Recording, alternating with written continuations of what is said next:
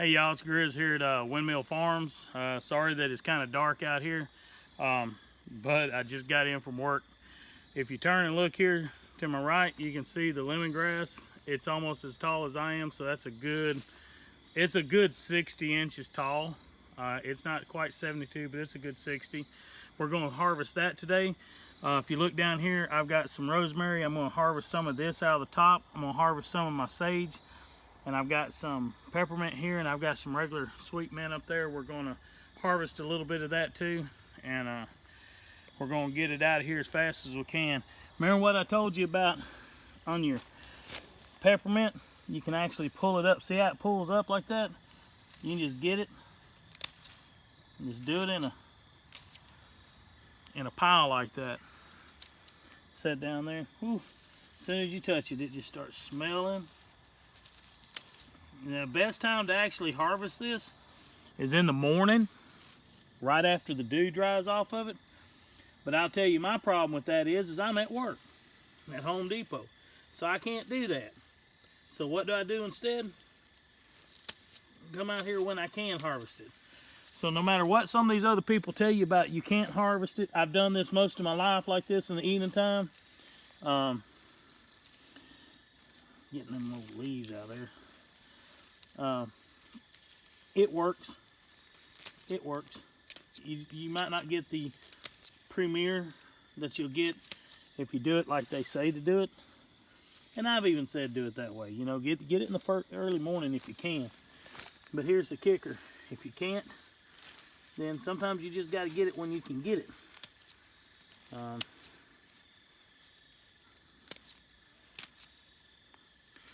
I think I'm going to have more mint than I'm going to know what to do with here, people. If you notice, I'm not cutting it completely back. I'm leaving some in here. We ain't got much more growing season, but we got a little bit.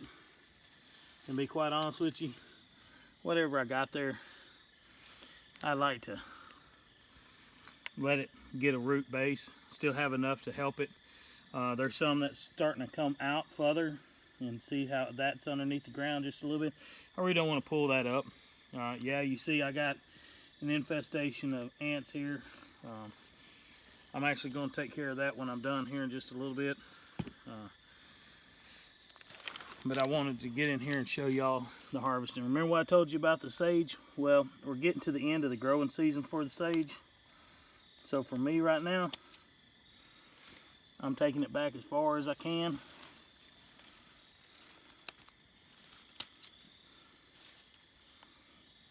I'm doing that, one, because we ain't really going to have much growing left on the sage. But I have had good luck here in this part of the country with sage coming back if I leave it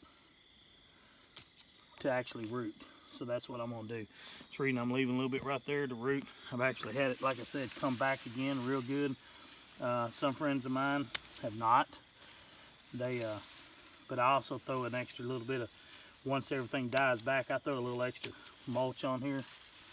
And I do that to kind of protect the roots the best I can.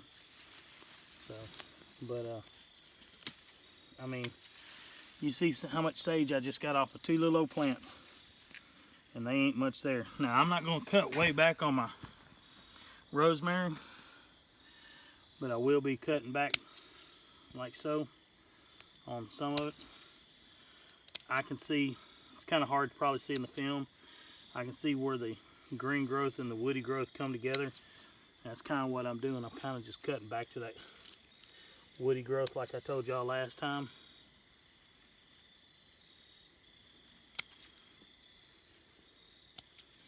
What I'm doing with that is I'm still leaving a little bit. There's some green here, but they're not long enough yet. I'm kind of going into a jungle here because my lemongrass kind of just went poof this year,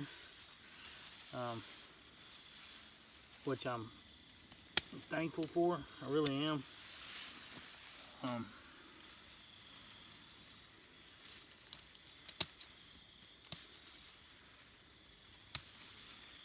I'm just trying to hurry up and get this out of the way so I can do my lemongrass for y'all.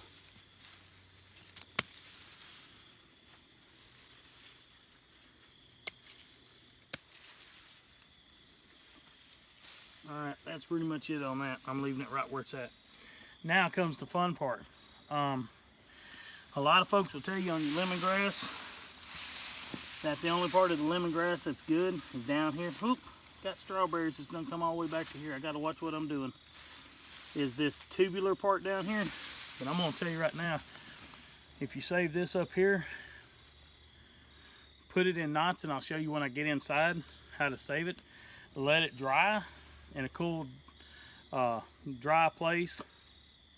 It's real good for making your teas, adding that lemon zest to different things, for also making some of your tinctures and some of your soaps and all the things that can be done with lemongrass.